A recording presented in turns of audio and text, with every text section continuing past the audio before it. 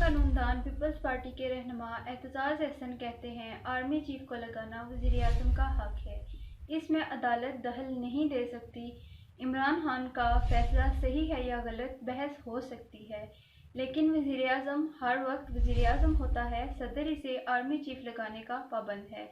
जिसे वज़ीर-ए-आज़म तजवीज़ करे तोसी हो या तरक्की, वज़ीर-ए-आज़म के इख्तियार को चैलेंज नहीं किया जा सकता।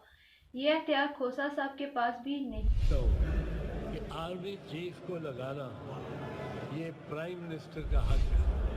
पार्लियामेंट्री सॉवरेंटी का ये प्रिंसिपल है, इसमें अदालत भी दखल नहीं दे सकती। अदालत बहुत बड़ा अदारा है, मोहतरम अदारा है, पर पार्लियामेंट्री सॉवरेंटी का जो प्रिंसिपल है वो सुप्रीम है।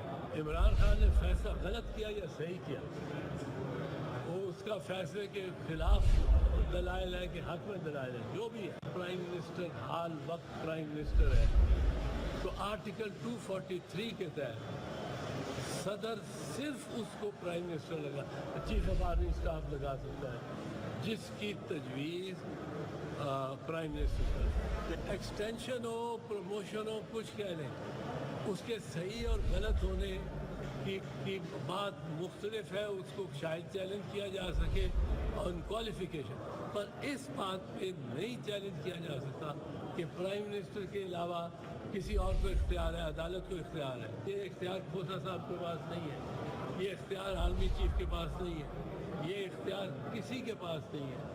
ये इख्तियार प्राइम मिनिस्टर का है, जिसके मशवरे का प्रेसिडेंट पाबंद है। आर्टिकल 243 क्लियरली कहता है of the Constitution that the President shall appoint the Chief of Army Staff on the advice of the Prime Minister. बड़ी ज़रूरी है गवर्नमेंट या अदालत इनको फ़ौरन एक्सेप्ट करे।